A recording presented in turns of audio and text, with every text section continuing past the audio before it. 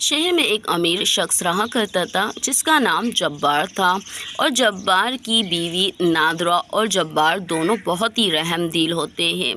उनके 3 बच्चे होते हैं। तीनों अपने माँ बाप की आँख के तारे होते हैं। अरे ओ छोटे, चल जल्दी से जूते साफ़ कर दे। अरे ओ छोटे, चल जल्दी से मेरे जूते पॉलिश कर दे। कब से खड़ा हुआ इंतज़ार कर रहा हूँ, जल्दी से दे मुझे जूते। अरे बस बस बस, थोड़ी सी देर हो साहब जी, हो गया आपका जूता भी पॉलिश। देखो तो सही, ये लीजिए साहब जी, आपका जूता पॉलिश हो गया है। जूते तो तुमने पॉलिश कर दिए, चल अब मैं तो चलता हूँ। अरे साहब जी, मेरे पैसे तो देकर जाएं। मैंने जो जूते पॉलिश किए हैं इसके पैसे तो दे दें मुझे, 50 रुपये। क्या क्या? अरे इतने से जूतों के 50 रुपये?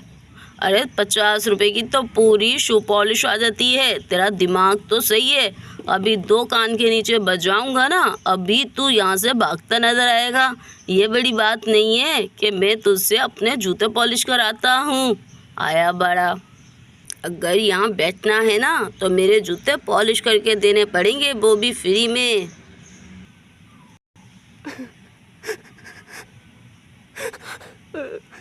अनादि और जब्बार ही सब कुछ देख रहा होता है। जब्बार बच्चे के पास आता है। अरे चुप हो जाओ, चुप हो जाओ, क्यों रो रहे हो? अरे बच्चे, जब तुम इतनी सी उम्र में ही काम करोगे तो ऐसा तो होगा ना तुम्हारे साथ। अरे तुम्हारे माँ बाप कहाँ हैं? अगर मेरे माँ बाप होते तो क्या मैं यहाँ पे बैठ के ऐसे काम करता? अगर मेरे बाबा होते तो आज मैं स्कूल जाता। मेरी माँ होती तो वो मुझे खाना खिलाती प्यार से। मेरे माँ बाप नहीं हैं, बस यही मेरा घर है। इधर ही रात को सो जाता हूँ और लोगों के जूते पॉलिश करके जो पैसे मिलते हैं उससे मैं खाना खा लेता हूँ। लेकिन आप कौन हैं और आप मुझसे ऐसे बातें कर रहे हैं? आप अच्छे इंसान लगते हैं मुझको। लाइए आपके भी जूते पॉलिश कर देता हूँ मैं। अरे नहीं नहीं, मुझे जूते पॉलिश नहीं कराने बेटा। तुम अच्छे लगे हो, लेकिन अब रो नहीं। ये बताओ, क्या तुम पढ़ना चाहते हो? हाँ हाँ बिल्कुल, मुझे पढ़ने का बहुत शौक़ है। मेरा दिल चाहता है कि मैं पढ़ूं और बड़ा आदमी बनूं, लेकिन मैं स्कूल की फ़ीस नहीं भर सकता ना। अभी मैं छोटा हूँ और फिर मुझे कोई स्कूल में लेगा भी नहीं। अरे ठीक है ठीक है, अगर तुम पढ़ना चाहते हो तो मैं तुम्हें स्कूल में एडमिशन दिलाऊंगा। तुम दिल लगा के पढ़ना और सुनो, बड़ा आदमी बनना, मेरा नाम रोशन करना। बोलो, करोगे ना? अरे क्या आप सही कह रहे हैं? क्या वाकई मैं पढ़ लिख सकता हूँ? क्या आप मुझे वाकई स्कूल भेजेंगे? मेरी फ़ीस भर देंगे आप? अरे हाँ हाँ, क्यों नहीं। अरे तुम भी मेरे बेटों की तरह हो। मेरे भी 2 बेटे हैं तुम्हारी तरह, आदिल और फाइज़। वो दोनों स्कूल जाते हैं तो मैं तुम्हें भी स्कूल भेजूँगा। तुम वहाँ पे पढ़ना लिखना और बड़ा आदमी बनना। सुनते ही समीर जब्बार के गले लग जाता है। अरे मैं तुम्हारा एहसान कभी नहीं भूलूँगा, लेकिन मैं आपको क्या बोलूँ बाबा। और जब्बार समीर को लेकर अपने घर जाता है।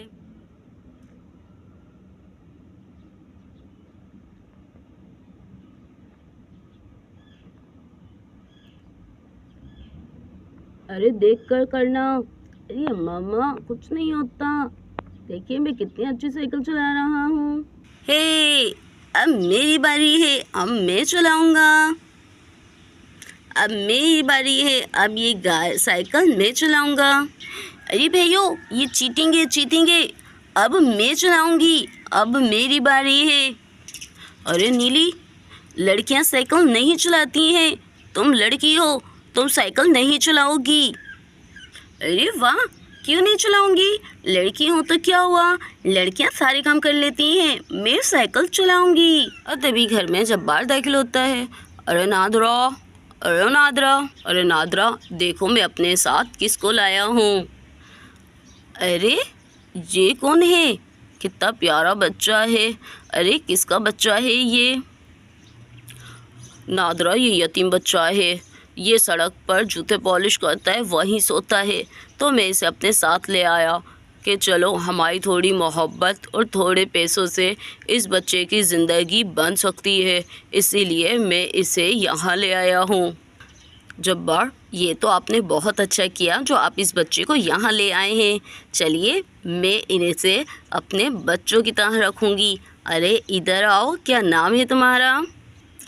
मेरा नाम समीर है। मैं समीर हूँ। मैं बहुत अच्छे जूते पॉलिश करता हूँ, लेकिन बाबा कह रहे थे कि अब ये मुझे पढ़ाएंगे लिखाएंगे। देखना, पढ़ लिख कर मैं एक बड़ा आदमी बनूँगा और बड़ा आदमी बनकर आप दोनों की खिदमत करूँगा। आपकी बहुत सारी खिदमत करूँगा मैं। कितनी प्यारी बातें करते हो ना तुम, कितने अच्छे हो। चलो मैं तुम्हें अपने बच्चों से मिलाती हूँ। आदिल, फाइज, नीली, जल्दी से इधर आओ। चलो तुम यहाँ कुर्सी पे बैठ जाओ। यस मम्मा, आपने हमें बुलाया था। अरे हाँ मेरे बच्चों, इनसे मिलो। ये है समीर और आज से ये तुम्हारा भाई है और तुमने इसके साथ खेलना है और इसके अपने साथ स्कूल भी लेकर जाना है। अरे क्या ये गंदा सा बच्चा? नहीं, ये हमारा भाई नहीं हो सकता। मैं इसको अपना भाई नहीं मानता और ना मैं इसको अपने साथ खिलाऊंगा। प्लीज़ मम्मा, इसको वापस भेजो। मैं इसको नहीं अपने घर में रखूँगा। वापस भेजो मम्मा इसको। आदिल, क्या हो गया है तुम्हें? इधर आओ मेरे पास। ऐसी बातें नहीं करते बेटा, हमें दूसरे लोगों का भी ख्याल रखना चाहिए।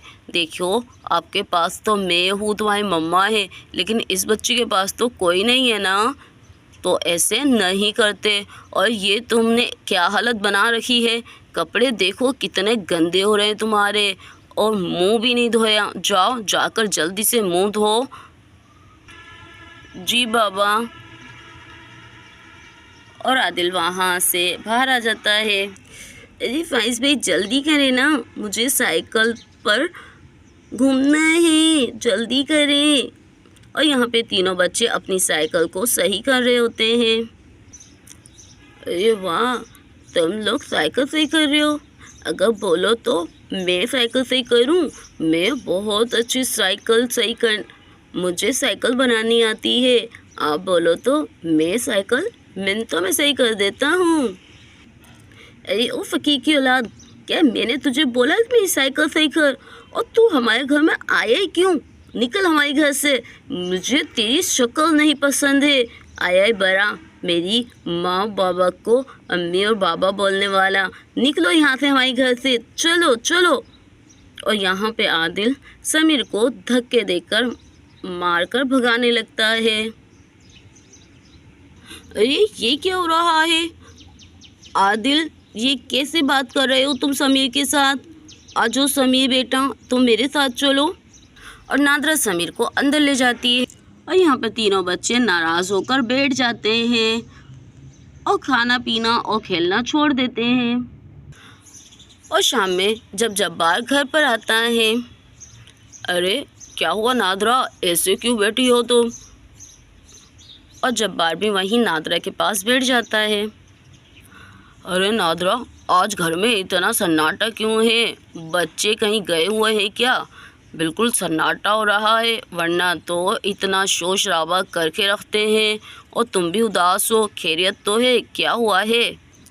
अरे आपको तो पता ही है, जब से आप समीर को लेकर आए हैं तब से लेकर बच्चे बहुत परेशान हैं और डिस्टर्ब हैं। और आज तो बच्चे ना खाना खा रहे हैं ना खेल रहे हैं।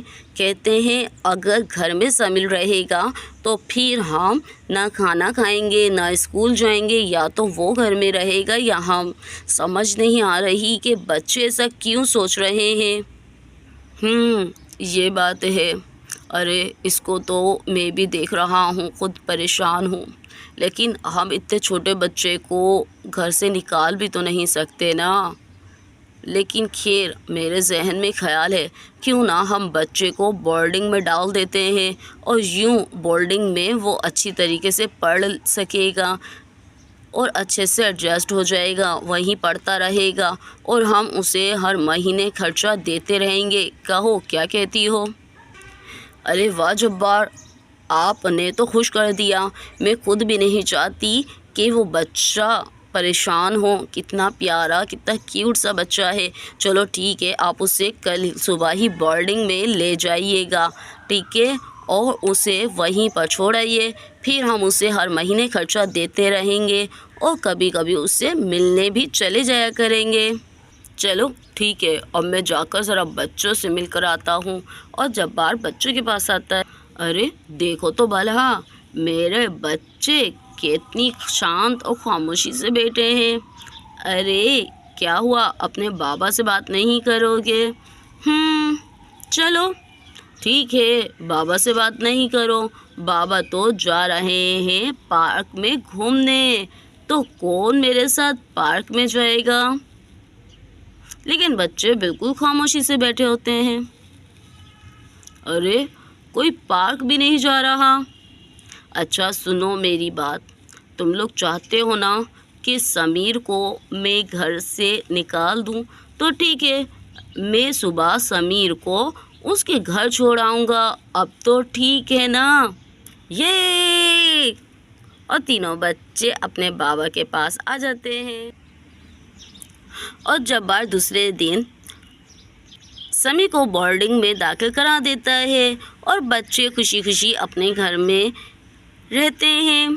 और दिन यूं ही गुजरते रहे और अब साइकिल की जगह पर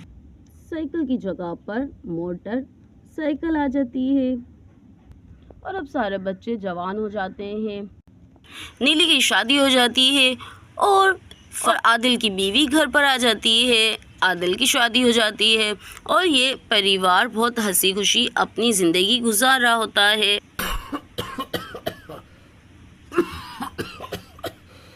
अरे देखिए कितनी खांसी हो रही है आपको। कितनी बार कहा है कि थोड़ा आराम किया करे, अब इतना काम मत किया करें। माशाल्लाह आपके दो जवान बेटे हैं, आप उनसे काम करवाया करें, थोड़ा आराम भी करा करें।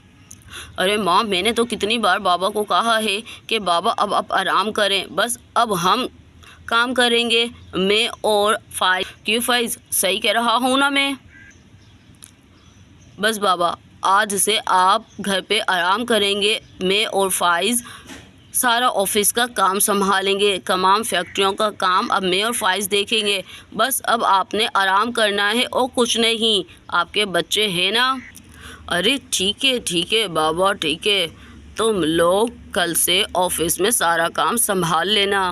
और अब जब्बार ज़्यादा टाइम अपने घर पे गुजारता अपनी बीवी नादरा के साथ, और किचन का सारा काम नादरा की बहू करती और घर के सारे इंतज़ामात नादरा की बहू देख। और नादरा और जब्बार सारे दिन बैठे रहते और एक दूसरे से बातें करते। अरे देखिए हमारे बहू बेटे कितने अच्छे हैं, अब इस बुढ़ापे में हमें आराम दे रहे हैं। बस अब हम बैठे बैठे काम कुछ नहीं करेंगे, बातें करेंगे, घूमेंगे फिरेंगे। क्या ख्याल है?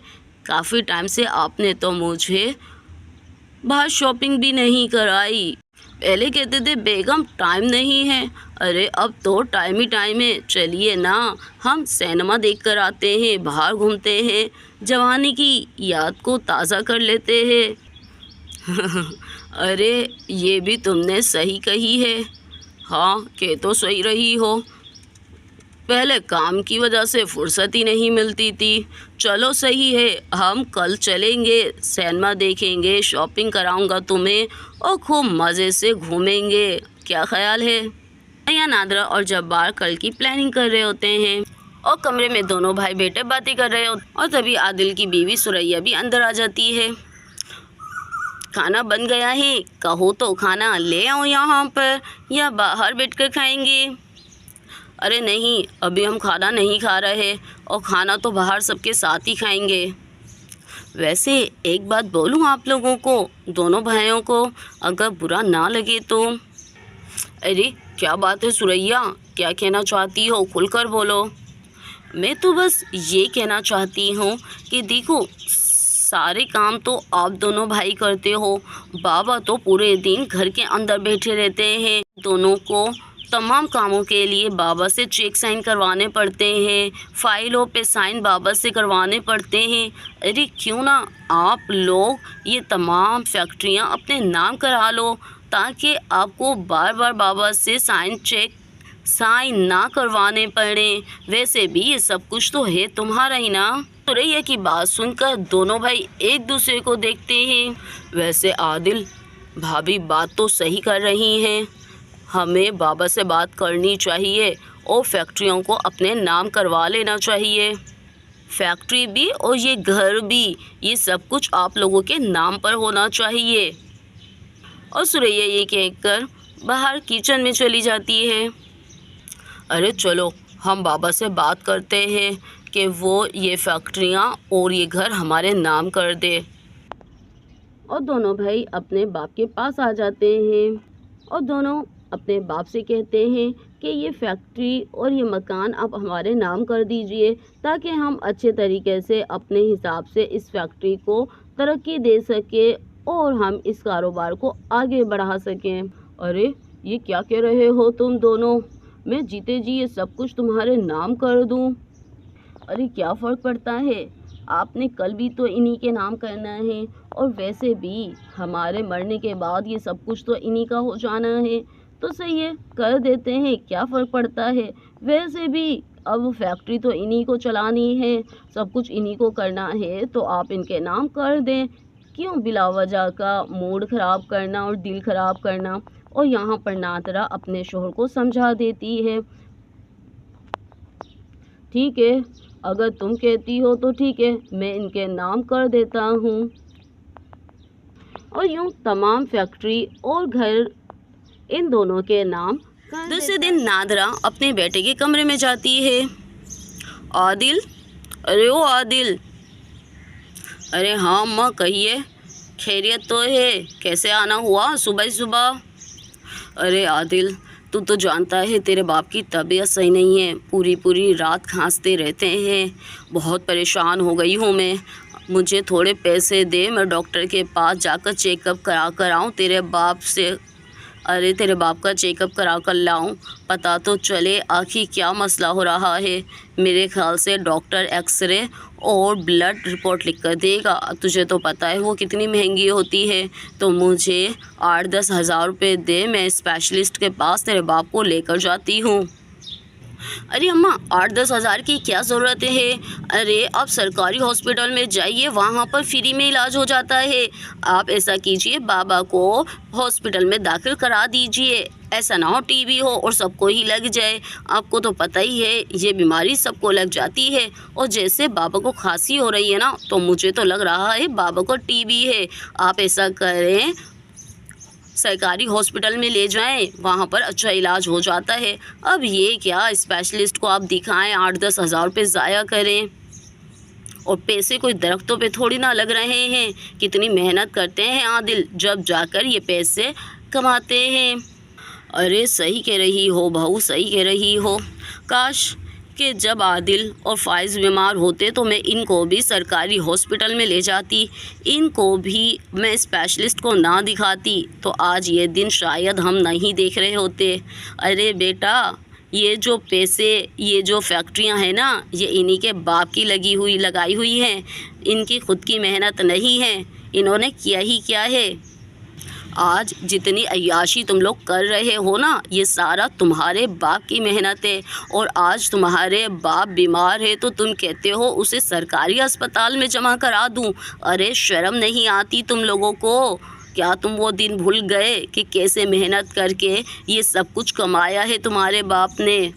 अरे अम्मा, कमाया है तो कोई एहसान तो नहीं कर दिया ना बाबा ने, सब ही कमाते हैं, इसमें कौन सी बड़ी बात हो गई है। और सही तो कह रही है, 8-10 हज़ार रुपये लगाने से अच्छा है बाबा को सरकारी अस्पताल में ले जाइए। मेरे पास इतने पैसे नहीं हैं, मैं कहाँ से करूँ, कितनी महंगाई है, और वैसे भी आजकल बहुत हालात अच्छे नहीं है कारोबार के, कहाँ से इतने पैसे निकाल के दूंगा। आप लोगों की तो अय्याशियाँ ही ख़त्म नहीं होती। कभी शॉपिंग आपको करनी है, कभी स्पेशलिस्ट को दिखाना है, अरे किसी छोटे मोटे डॉक्टर के पास ले जाइए। ऐसा करो सुरैया, माँ को 500 रुपये दे दो, ये बराबर वाले जो क्लिनिक है वहाँ के डॉक्टर के पास ले जाएंगी। अरे बस बस बेटा, रहने दो, इतनी दया भी मत दिखाओ, ये 500 भी तुम अपने पास ही रखो। और तभी जब्बार भी आ जाता है। अरे बेटा, काय को इतनी बहस कर रहे हो? अब लगता है मैं और तेरी माँ तुम भाइयों पर बोझ हो गए हैं, जो तुम्हें ऐसा लग रहा है। बाबा, आए दिन मैं आपको इतने पैसे नहीं दे सकता। आप किसी सरकारी हॉस्पिटल में चले जाइए, वहाँ आपका अच्छा इलाज होगा। ये खूब सही कही बेटा तुमने। सारी दौलत, सब कुछ, फैक्ट्री, ये तुम्हारी नहीं मेरी है। ये सब कुछ मैंने कमाया है, कोई तुमने नहीं कमाया है। और ये सारा पैसा जिस पे तुम अय्याशी कर रहे हो ना, ये सारा मेरा कमाया हुआ है। अगर उनमें से थोड़े पैसे तुम मुझे दोगे तो तुम्हारा कुछ भी नहीं जाएगा। मैं अपना ही पैसा मांग रहा हूँ तुमसे। हाँ हाँ हाँ हाँ हाँ, अरे कौन सा पैसा? अरे ये घर, गाड़ी, बंगला, ये सब हमारा है, फैक्ट्रियाँ हमारी है, और ये घर भी हमारा है। और मैं चाहूँ तो तुम दोनों को अभी खड़े खड़े इस घर से निकाल सकती हूँ। समझ आ रही है ना? यही बड़ी बात है कि हमने तुम्हें घर में रखा हुआ है, खाना दे रहे हैं, बस इससे ज़्यादा की उम्मीद मत रखना। और खामोशी के साथ अपने क्वार्टर में चले जाओ। और हाँ, आज से तुम दोनों कमरे में नहीं, क्वार्टर में जाओगे, सर्वेंट क्वार्टर में। रात भर तुम्हारी खांसी की वजह से मुझे नींद नहीं आती है और बच्चे भी जाग जाते हैं। मैं मज़ीद तुम लोगों को यहाँ बर्दाश्त नहीं कर सकती हूँ। समझ आ रही है? आज ही अपने बोरिया बिस्तर उठाओ और सर्वेंट क्वार्टर में शिफ्ट हो जाओ। अरे सुन रहा है ना, तेरी बीवी क्या कह रही है कि अब हम सर्वेंट क्वार्टर के अंदर रहेंगे। अरे हाँ बाबा, अब आप लोग सर्वेंट क्वार्टर में रहेंगे। अरे ये बेचारी पूरा दिन काम करती रहती है और रात को आपकी खांसी की वजह से सो नहीं पाती है। अरे कितने काम होते हैं मेरी बीवी के पास, बच्चे पालना, घर बार देखना, और आपके तो कोई काम ही नहीं है। आप यहाँ रहो सर्वेंट क्वार्टर में, क्या फ़र्क पड़ता है? अगर रहना है तो सर्वेंट क्वार्टर में रहना पड़ेगा, वरना क्या? वरना तो फिर आप अपना ठिकाना कहीं और देख लें। फिर इस घर में तो आप दोनों के लिए कोई गुंजाइश नहीं है। आप ये घर छोड़ के जहाँ आपको सुकून लगे जा सकते हो। और यूँ फाइज़ और यूँ आदिल अपने माँ बाप को घर छोड़ने का कह देता है, और जब्बार नादरा को लेकर वो घर छोड़ देता है और घर से निकल कर आ जाते हैं। और फिर वो दोनों चलते चलते एक खाली जगह पर आकर रुक जाते हैं। हाँ, जब्बार, क्या हमारी किस्मत ऐसे लिखी थी? हाँ, महल से कूड़े पर आ गए हैं हम। अरे नादरा, तुम परेशान नहीं हो, मैं तुम्हारे साथ हूँ, तुम्हें कुछ नहीं होगा। अभी तो हम यहाँ पर कुछ देर आराम करते हैं, फिर देखते हैं। मेरी तो हिम्मत नहीं है। दोस्तों, ये दोनों एक खाली जगह पर आकर रुक जाते हैं, और जब्बार और नादरा अपना घर छोड़ने के बाद यहाँ सुनसान जगह पर आ जाते हैं, जहाँ पे कुछ काठ का बाड़ पड़ा हुआ होता है, और उस प्लाट में दोनों रहते हैं। तो चलिए देखते हैं आगे क्या होता है। अरे नादरा, तुम यहाँ पर बैठो, मैं देखो कुछ लकड़ियाँ लेकर आता हूँ।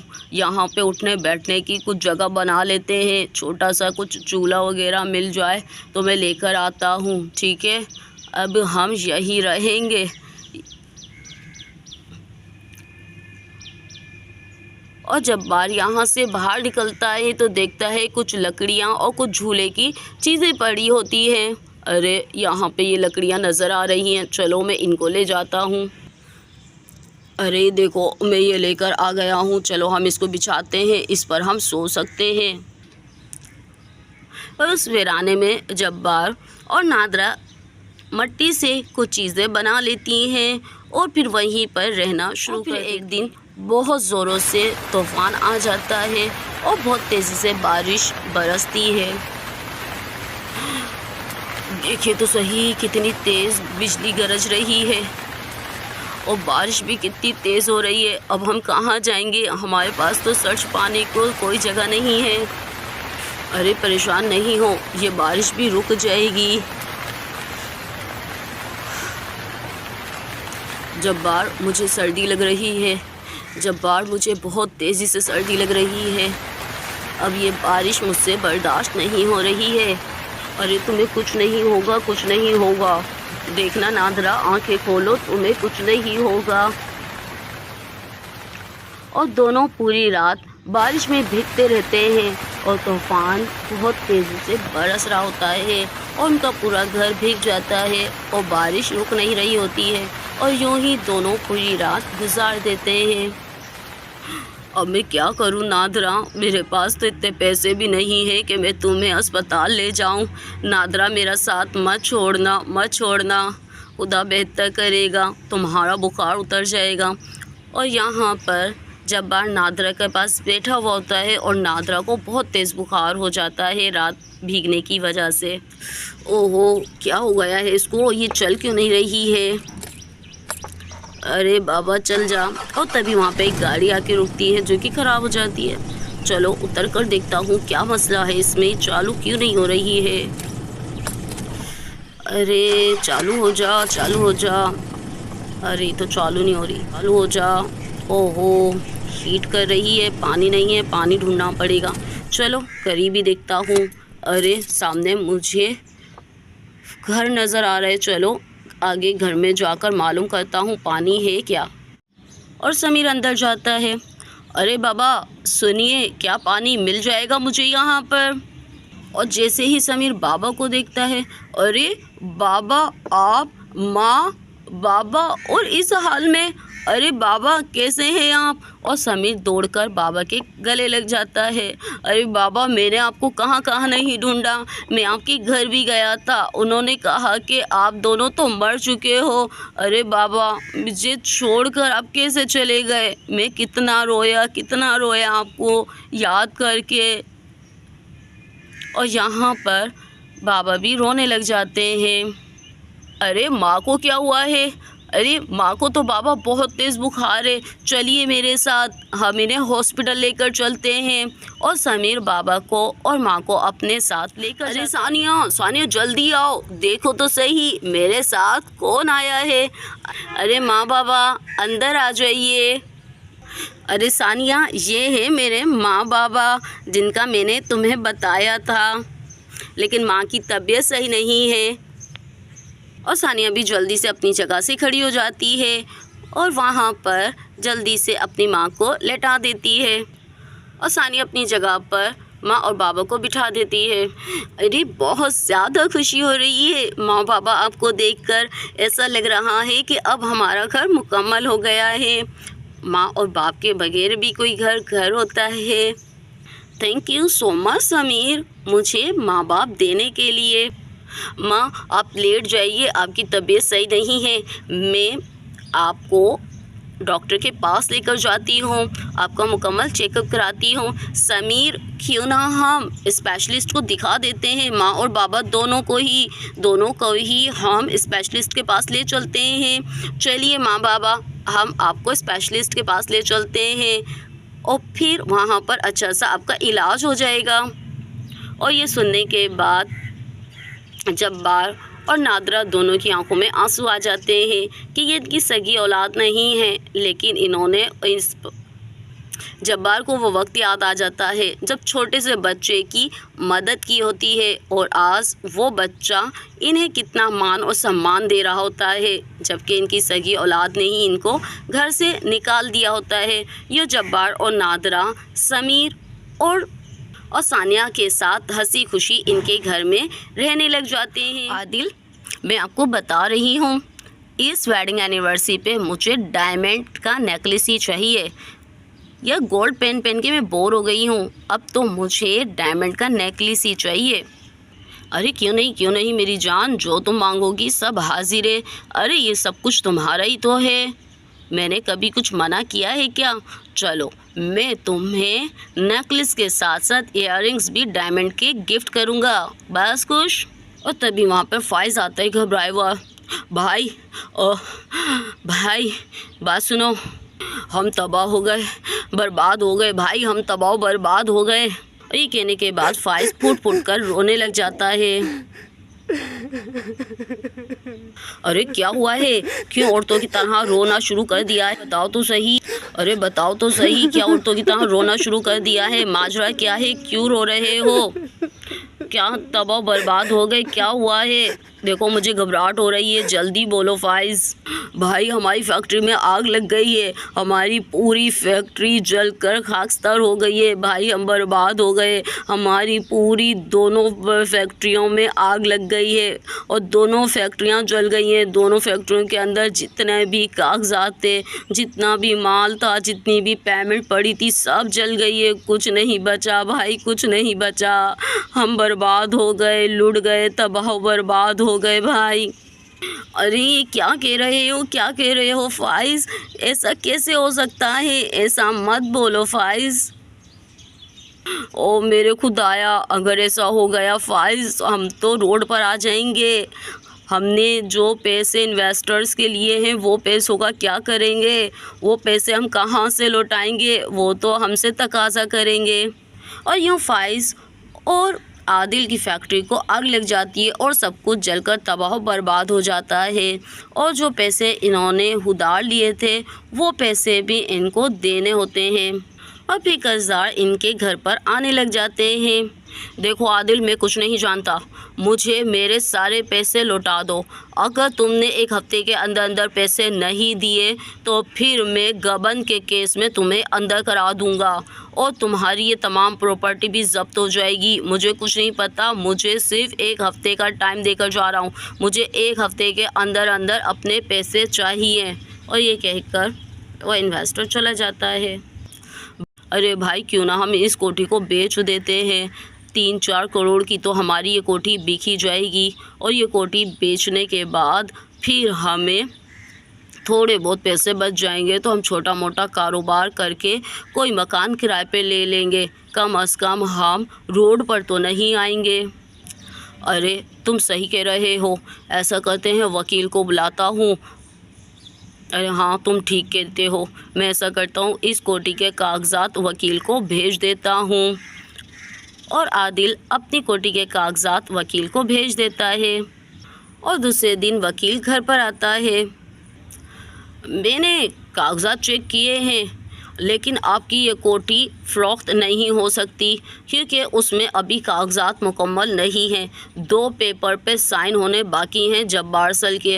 अगर जब्बार सर साइन नहीं करेंगे तो ये कोठी नहीं बिकेगी क्योंकि ये कोठी आपके नाम ट्रांसफ़र ही नहीं हुई है, अभी भी ये कोठी जब्बार सर के नाम पर है। तो आप ऐसा कीजिए, अपने फादर को बुला लीजिए और उस पर साइन करवा लीजिए, मैं 2 दिन के बाद फिर आऊँगा। और ये कहकर वकील चला जाता है। अरे अब क्या करें, अब अपने बाप को कहाँ से ढूंढें, हमें तो यही नहीं पता कि वो है कहाँ पर। अरे सारी मुसीबतें और परेशानियाँ एक साथ ही आनी थी, अब क्या करें। और दोनों भाई ये सोच रहे होते हैं। यह सानिया और समीर बातें कर रहे होते। सानिया, अरे ओ भाई सानिया, अरे तुम दोनों यहाँ बैठे हो। साजिद भाई अच्छे वक्त पर आए हैं, आइए आइए साजिद भाई। साजिद भाई को अपनी बहन की याद आ ही गई। और वकील सानिया के भाई होते हैं और अपनी बहन से मिलने उसके घर पर आते हैं। चलिए आइए भाई यहाँ पर बैठिए। और तभी जब्बार भी अंदर से बाहर आते हैं। अरे वकील बाबू, अरे वकील बाबू कैसे हैं आप? अरे जब्बार सर आप, अरे जब्बार सर आप कैसे हैं, खैरियत से तो है? और आपको पता चला? अरे किस बारे में वकील बाबू? अरे आपको पता ही नहीं है, अरे आपके बेटों की दोनों फैक्ट्रियों में आग लग गई, कंगाल हो गए वो दोनों। और हाँ, आपकी आपका जो घर है वो भी वो लोग फ़रोख्त करना चाह रहे हैं, लेकिन क्या है कि उसके कागज़ात पूरे नहीं हैं। इस वजह से वो घर बेच नहीं सकते। वो घर उनके नाम ही नहीं हुआ, वो तो अभी भी आपके नाम है। अरे क्या कह रहे हैं वकील बाबू, सच में क्या वो घर अभी भी मेरा है? अरे हाँ हाँ, बिल्कुल आपका है, क्योंकि वो तो उनके नाम पे ट्रांसफ़र ही नहीं हो सकता, क्योंकि उस पर 2 पेपर पर आपके साइन ही नहीं हुए, उस पर साइन होने ज़रूरी हैं। अरे वाह! अरे सही कहा वकील बाबू आपने। मैं कल ही अपने घर जाऊंगा। और हाँ सुनिए, आप कागज़ात तैयार कीजिए वकील बाबू, और वो कागज़ात आप नाम कीजिए मेरे बेटे समीर के नाम। आज से वो मकान मैं समीर के नाम कर रहा हूँ। ये आप क्या कह रहे हैं? हाँ, मैं सही कह रहा हूँ। आप वो कागज़ात लेकर कल मेरे घर पर आ जाइएगा, मैं कल आपको वहीं मिलूँगा। ठीक है, अभी मैं चलता हूँ। ठीक है सानिया, मैं फिर आऊँगा। ठीक है समीर, मैं चलता हूँ, कुछ काम है। और ये कहकर वो वकील चला जाता है। अरे समीर बेटा और सानिया, आज से हम उस कोठी में रहेंगे। तुम कल वकील के साथ दोनों आ जाना, ठीक है? मैं और तुम्हारी माँ अभी अपने घर जा रहे हैं। और ये कहकर जब्बार नादरा को लेकर अपने घर चला जाता है। फाइज़ और आदिल अपने घर पे बैठे हुए सोच रहे होते हैं कि अब क्या करें, माँ और बाबा को कहाँ तलाश करें। तब नादरा और जब्बार आ जाते हैं। आ जाओ नादरा। हाँ भाई बच्चों, किस हाल में हो? अरे माँ बाबा, अरे माँ बाबा आप आ गए, अच्छा हुआ, बहुत अच्छा हुआ, हमें माफ़ कर दें। हाँ बाबा, हमें माफ़ कर दें, हमसे गलती हो गई कि हमने आपको घर से निकाल दिया। प्लीज़ बाबा हमें माफ़ कर दें। अरे हाँ हाँ आसिम और आदिल, जानता हूँ तुमसे गलती हो गई है और मैं तुम्हें यहाँ माफ़ करने ही तो आया हूँ।